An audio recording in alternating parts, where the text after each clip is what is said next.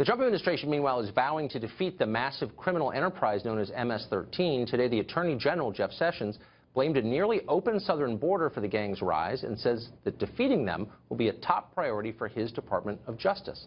The president chimed in, tweeting this: "The weak illegal immigration policies of the Obama administration allowed bad MS13 gangs to form in cities across the U.S. We are removing them fast." So what is the plan to beat MS13, which is estimated to have 10,000 members in the United States? The Attorney General of the United States joins us now. Thanks a lot for coming on. Thank you, Tucker. Good to be with you. So to what extent are the immigration policies of the last couple of presidential terms tied to the rise of MS13? There's no doubt that it had an impact because so many of these people are illegally here, and they came without proper authority, and with a good lawful border, many of them would not be here. They've sent some of the most violent people who would never have cleared a proper visa situation, a visa process.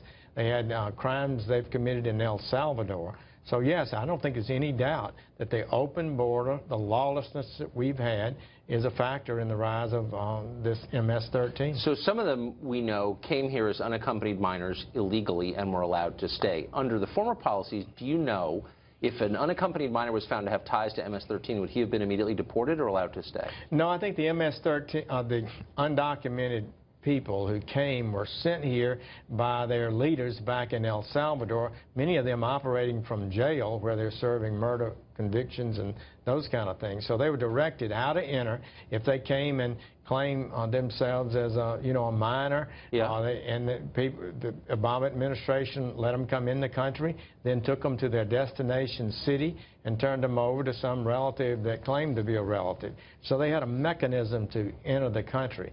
Now, they've been here, a number of them have, for a number of years, but in the mid-80s and up to mid-90s, really 2000, about 2009, we had some real progress against them.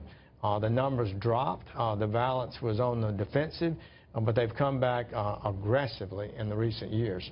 So there are cases documented of MS13 members bragging about exploiting our permissive immigration laws. How will you change the policies to keep them out? Well, first, we're going to secure the border. We're going to build a wall. We're going to add more agents on the border. Yeah. The numbers have already dropped dramatically.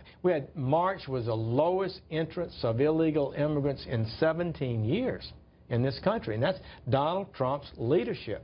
He is determined to do that and end this lawlessness.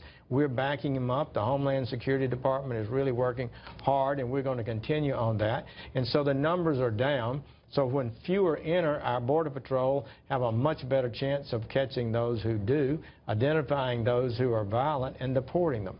Here's what I don't understand. That seems like a pretty obvious solution that any country acting in its own interest would do.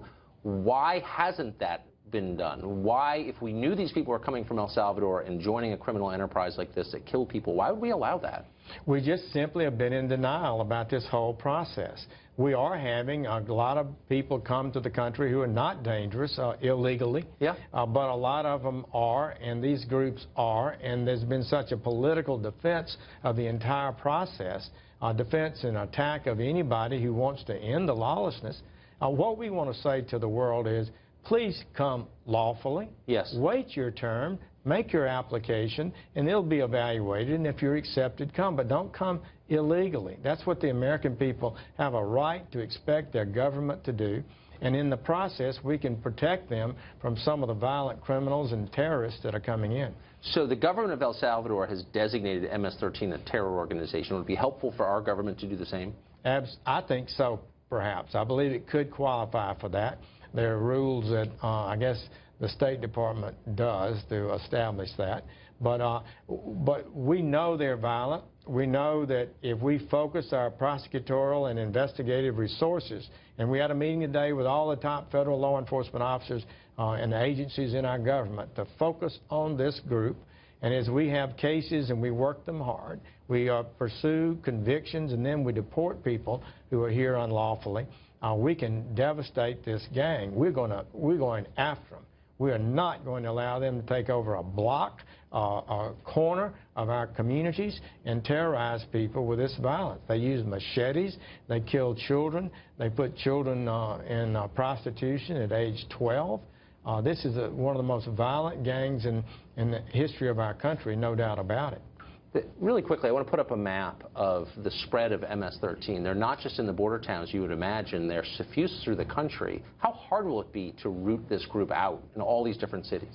Tucker, it's going to be hard but not impossible. These are not geniuses.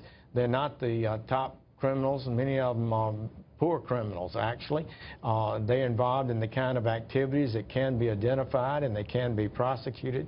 It's 40 states have MS-13 members in them. Some of them, we've got 10,000 now in the country. But I believe if we stay at it, we can devastate this organization, and that's going to be our goal.